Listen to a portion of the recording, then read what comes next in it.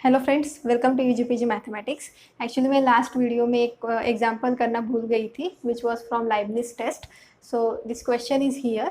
तो हम ये पहला एग्जांपल सॉल्व करेंगे, उसके बाद we will see what is integral test. ठीक है, तो let me start with this example first.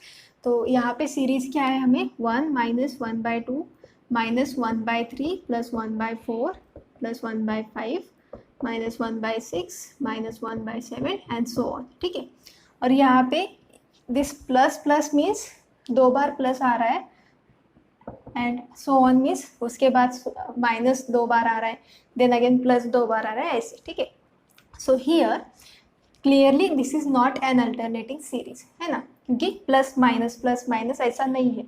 तो इसको कैसे कर सकते हैं हम? अगर हमने ठीक से इसको ऑब्जर्व किया तो देखो, अगर यहाँ से माइनस कॉमन निकाला तो we can write these two terms like this, right? now similarly इसको सिर्फ ब्रैकेट में डाल देते हैं, तो प्लस है तो ऐसे ही रहेगा। देन यहाँ से दो टर्म्स माइनस है, so take minus common from this two terms, तो हमारे पास ये बच जाएगा। उसके बाद ऐसे ही ये पैटर्न रिपीट होगा। ठीक है, तो यहाँ पे मैंने जैसे आपको बोला था कि अगर आप finite number of terms ignore कर देते हो तो भी वो सीरीज के कॉन्वर्जेंस पे कोई फर्क नहीं पड़ता। ठीक है, तो you just forget about this one and let us write this series in terms of alternating series. So we can write this as series -1 raised to n plus 1, n runs from 1 to infinity or 0 to infinity. So let me put 1 here. This is 1 by, now look at this 2 and we are starting from 1, so that must be n plus 1 plus 1 upon n plus 2. ठीक है, जब first यहाँ पे 1 लेंगे तो that is minus sign here. ठीक है, और ये ऐसे रिपीट होगा। नाउ क्लियरली जैसे मैंने आपको बोला था कि अल्टरनेटिंग सीरीज मतलब क्या, कि यहाँ पे -1 raised to n होना चाहिए and here our an is this quantity which is strictly greater than 0। ठीक है, पॉजिटिव है। एंड हमने देखा था कि 1/n अगर ऐसा है तो दिस इज डिक्रीजिंग सीक्वेंस, तो similarly 1/n plus 1 this is decreasing sequence as well as this n plus 1 upon n plus 2 is decreasing sequence. अगर आप इसका एडिशन लेते हो that is also a decreasing sequence. So here an is positive and decreasing sequence and limit of an, find out this limit, it is clearly 0. ठीक है, limit an is 0, an is decreasing which is positive. So by Leibniz test this is a convergent series. ठीक है, so हमें क्या मिल गया, this series is convergent, और ये 1 तो फिक्स है ना, एक ही सिर्फ नंबर है। So this series is convergent, so we have this series is convergent series. ठीक है, now let us see the integral test. So what is integral test?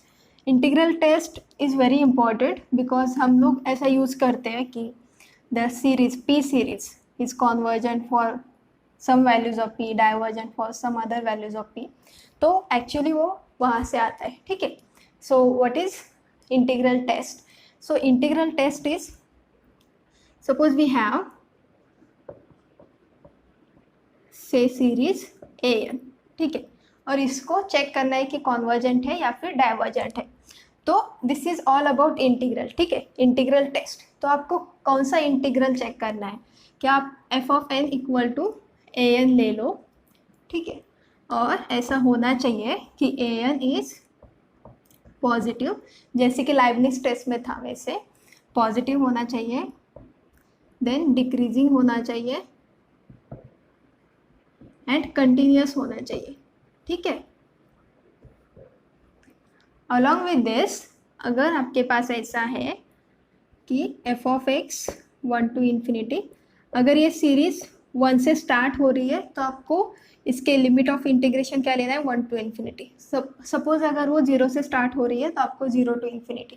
In general अगर यहाँ पे कोई भी k है विच इज़ नेचुरल नंबर से 300 and so on, तो आपको ये 100 से स्टार्ट करना है। ठीक है, so if this integral exist then we call that series is convergent and vice versa. That means this integral exists if and only if this is a convergent series. ठीक है, तो यहाँ पे अगर आपका ये इंटीग्रल एग्जिस्ट होता है, एग्जिस्ट मीन्स वो कुछ फाइनाइट नंबर आना चाहिए, ठीक है, वो diverges to infinity minus infinity ऐसा नहीं चाहिए, then in this case we call this series as a convergent series. ठीक है, now how to use this. ठीक है, तो यूज़ करने के लिए आपके पास ऐसी कुछ सीरीज़ है n runs from 1 to infinity.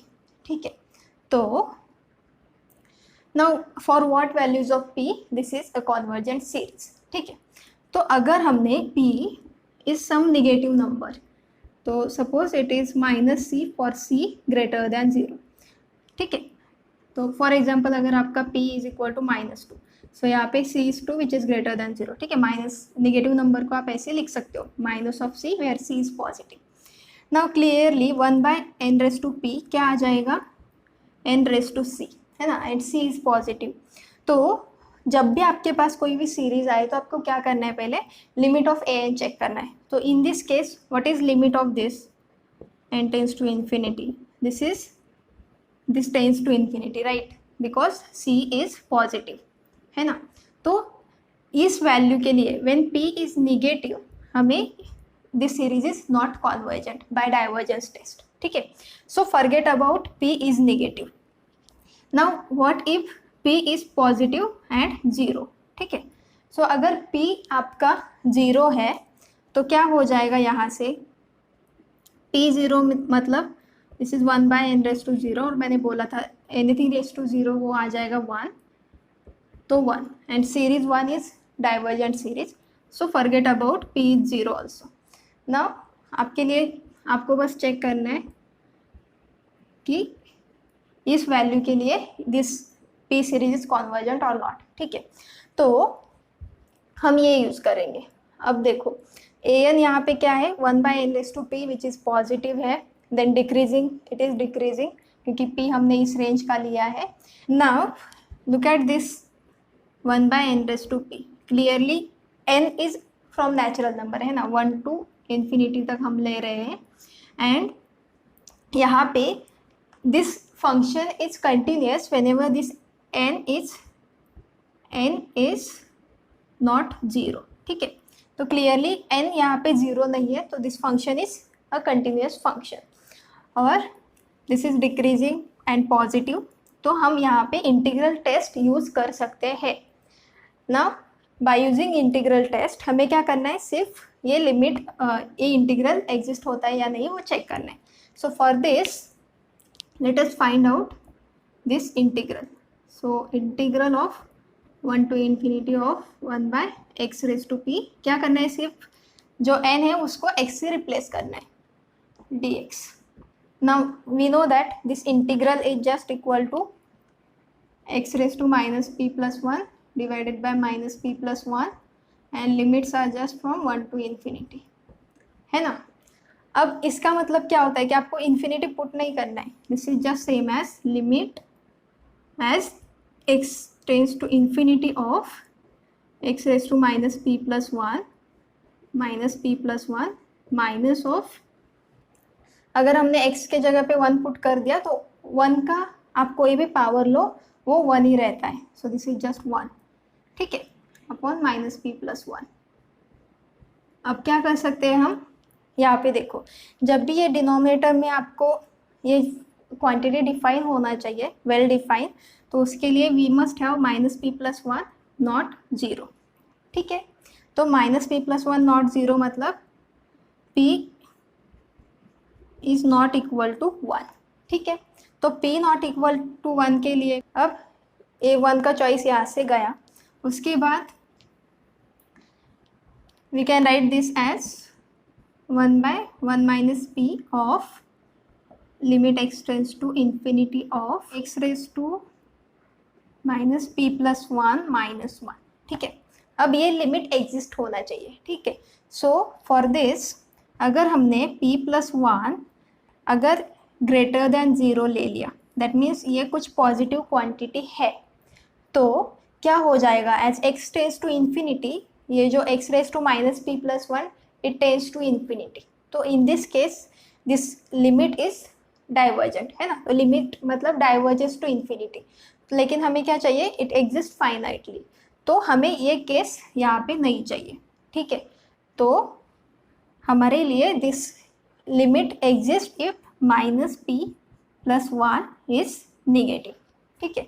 So from this we have 1 is less than p and from here we have 1 is greater than p, ठीक है। तो हमें ये नहीं चाहिए and हमें this we want, right? So we have these choices for p as p less than 1, p less equal 1 हमें नहीं चाहिए and p greater than 1 ये हमें चाहिए, ठीक है। So for this value this is convergent, for this it is divergent, ठीक है। जैसे हम यूज करते हैं कि P series is convergent if P is greater than 1, then P series is divergent if P is less equal 1।